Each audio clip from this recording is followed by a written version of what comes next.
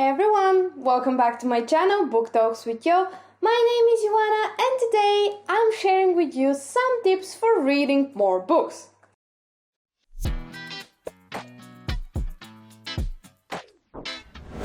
You've probably heard about Goodreads, Yearly, Book Go, or you've maybe set a resolution for yourself to read more books. Or maybe your TBR pile is just getting so out of hand that you need to start tackling it soon. Or maybe you are a writer who wants to read voraciously to get inspired for something. Or personally, I have so many good books that I want to read, and I keep seeing new ones that sound interesting and I keep adding them to my TBR. And at the same time, I feel like there is so little time, like there is not enough time for me to read all the great books I want to read. And sometimes I seriously panic about this, that I won't have the time to read all the ones I want. But if this sounds familiar, do not worry, because I have some tips for you that will help you essentially read more books and read faster. But we are not here only for the quantity, we are here for the quality as well. So those tips will not only help you read more books, but it will also help you get better at reading proactively and reflecting on the things you read. So you're not just rushing through books, you are reflecting on them. My first advice is to make reading part of your schedule. Go ahead and put it on your morning routine or your evening routine, or just include it in your to-do list for the day. And contrary to what people believe, this does not turn reading into a chore or steal the fun from it. On the other hand, what it does is it makes sure that even if you just spend 10 or 15 minutes this day reading, this will sure help you read a book faster and will essentially help you read more books. And this will slowly turn into a habit by having it in your morning or evening ritual, routine thingy, or on your to-do list.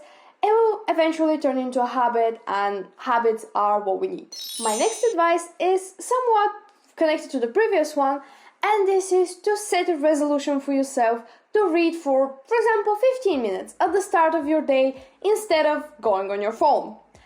This is a game changer that I swear by, seriously. Just promise yourself that tomorrow morning, instead of scrolling on your phone, you will just spend a few minutes reading and put it as a part of your morning routine or morning schedule so you're sure to do it. This can be done while you're multitasking, for example, while you're brushing your teeth or doing your skincare routine or applying makeup. Or maybe you can read while you are waiting for your coffee or your tea to be ready. Or if you have more time to spare, just spend those 15 minutes relaxing and reading your book while enjoying your morning drink of choice, coffee or tea. And I know it sounds very simple, but it changes everything. I recently started doing this, and although I haven't done it for a long time, I can already see a change, and it is my favorite part of the day. I just spend the first 15 minutes drinking my coffee, reading the book that I'm reading currently, and not going on my phone or thinking about what I have to do. These are the first 15 minutes that I, in a way, show up for myself and spend some time enjoying what I want to do before I have to go on with all my other tasks. And if you don't believe me that this is a game changer, just set a resolution to try it for a week or even a few days, like 5 days, and see how much it changes everything. The next tip is something really fun that I found some time ago, and this is to put the bookmark in a random place in the book you're reading and then read until you reach that page. I don't know what it is about this, but it is a really motivating game thingy. Well, let's call it a game. It is a very motivating and fun thing to do. And for example, if you're reading a physical book, just grab your bookmark, close your eyes, put the bookmark at a random page. It might be just 10 pages from where you are. It might be 20, it might be 50. Just see what happens and set yourself the goal to read until that page till the end of the day or till the end of the week, depending on how many pages you have to read. And if you're reading an ebook, that can also be done for them. You can either just close your eyes and press the button to change the page and then stop at a certain point and read until that page. But I do realize that this might be very inconvenient and time consuming because you have to scroll back then and you might forget the number or something like this. So, another thing you can do if you're reading an ebook is to use a random number generator and just write the pages that your book has and see what random number pops up and try to read until that page if you haven't read it yet, or if you have, just do it again. But yeah, it is a fun thing to do. I don't know why, but it is very motivating. My next advice is to join a book club or create a book blog. Reading is always more fun when you have someone to talk to about the book while you're reading it or after you finish it. As you know, there are certain books that just give you all types of emotions and you need someone to rant about this book with. And joining a book club might be the ideal solution for this, as that way you will not only read faster and read more books essentially, but you will also meet like-minded people and even make friends, and you'll have people you can always talk with about the books you're reading, which is a nice thing to have. And moreover, it will also help you with the other thing that we talked about, reading efficiently and proactively, because you are not going to be solely rushing through the books, but you're going to be taking the time to reflect on the topics and themes explored in the books, which is a great thing to do.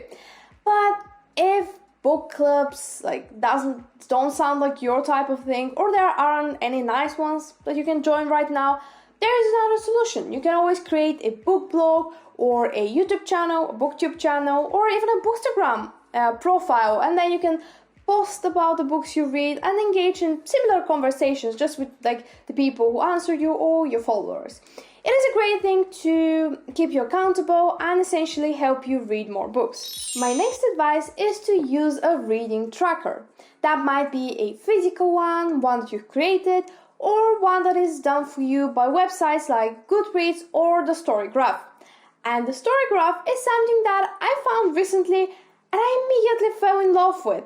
It is a great website because it gives you so much more information than just the number of books you've read. It gives you information about the pace of the books you've read, like are they fast-paced or slow-paced or medium-paced. It gives you information about the emotions they evoke. Are they happy? Are they reflective? Are they sad? Or are they, exciting, for example? Then it also gives you information about whether they are character-based or plot-based, whether they, the length of the pages, and just so much more. And then it turns all this information into graphs that you can later reflect on and see what your reading year looks like. But as I said, it can also be done, a reading tracker can also be done manually. You can create one for yourself. You can be as creative as possible or as simple as you like. I personally do that as well. I have a notebook where I keep track of the pages I've read for certain days, the pages I've read every day. And I started doing this last year on the 1st of January, did this for the whole 2020, and I'm doing it now. So far I've done it for every single day of 2021, and I really think that might be very useful and helpful. So if you haven't yet, just give it a go. My next advice is to listen to audiobooks while doing some other tasks. Audiobooks have been a game changer for me, and I'm so sorry you didn't find them earlier. Well, I knew about their existence, but I thought it wasn't for me or something like this. But I listened to my first audiobook at the end of 2019, and I've been a huge fan ever since. And if you've watched some of my vlogs, you probably know that there's just something I love so much about listening to an audiobook and cooking. There is just something about this combination that makes it feel so relaxing. This is just my favorite thing, just chef's kiss. But I also love listening to audiobooks while I'm tidying up or doing some other chores or while I'm walking somewhere, as it's a great way to pass time. You're not really feeling the task that you're doing, but at the same time, you are consuming a good book. You are enjoying something. You're ticking off a book from your TBR pile. And there are so many great audiobooks that will just make you fall in love with the medium of this writing. If you haven't listened to Daisy Jones and the Six already, although I don't know whether there's a person who haven't listened to it yet, please just make yourself this favor and listen to it because it's just amazing. Other good audiobooks are also Anxious People by Frederick Backman. I would say Beach Read is also a good one. And there are probably so many more great books, but this is just the ones that are coming to my head right now. And another thing, there is this app called LibriVox. That is a game changer on its own. It is a completely free app, and you have this enormous collection of classics, but in audiobook format. And there are a lot of people who upload audiobooks there, so there are different versions of each one, so you can find a narrator that you like and enjoy your favorite classics that way. I really regret the fact that I found it out only recently, like last month or something like this, because I love classics, and that app is a dream, just a dream come true for me. My next advice is to take part in different readathons. And in case you don't know what a readathon is, this is basically you trying to read a certain amount of books or certain types of books at a set amount of time. And there are so many different readathons. There are weekly ones, monthly ones, 24-hour long ones. There are every single type of readathon that you can think of. And some great readathons that you might consider taking part of are the Buzzword Readathon, which happens the first week of every month, and you're given a certain word each month that you have to read books with this word in their title, as many books as you can in this week. As well as that, there are the Owls and the Newts Readathons, which are basically Harry Potter inspired readathons, inspired by the exams they have. There is as well the Dowie's 24-hour readathon, and just so many more. Just Google Readathons 2021 and you'll see an enormous choice of readathons you can take part in. My next advice is to always have a book on hand. Because that way you will make sure that when you're waiting for the bus or for a late friend, you will always have the opportunity to reach for a book instead of scrolling on your phone or just staring at the blank space. But yeah, I know that physical books might be a bit heavy and not time consuming but space consuming, so that might not be a physical book per se, but you can have your e-reader or a book on your phone or just an audiobook, so you can make sure that there's always something to keep you engaged. My next advice is something that I am still learning to do, and this is to DNF the books you don't like. I know that this is easier said than done, but it is an important lesson that we book lovers need to learn if we want to read all the good books on our TBR. And as I said, this is something I'm still struggling with, but I'm learning, as we all are. And instead, sometimes the book is just not doing it for you, it's just not working, it's not the right book for you, and instead of forcing yourself to read it, which will obviously slow you down and might actually put you into a reading slump, it's better to just DNF it, leave it aside, and move on to the next one. And as I said, I'm still struggling with it, but last year I started DNFing books, and I DNF'd 2 books, which is, I know it sounds small, but it is a progress for me, so I'm proud of it. My next advice is to read a few books at the same time. This way, you will make sure that you always have a book to reach for, depending on your mood and what you want to read at that certain moment. But make sure that there are books from different genres or different age groups, as otherwise it might get messy and confusing. My next advice is to read books in different mediums. And I know that it is somewhat connected to the previous one, but what I mean here is to read books to have a physical book, an ebook, or an audiobook on hand, so you can switch between the different mediums and maybe between the different genres as well and different books. That way you can make sure that you always have a book on hand and you can always continue reading a book no matter what you're doing exactly.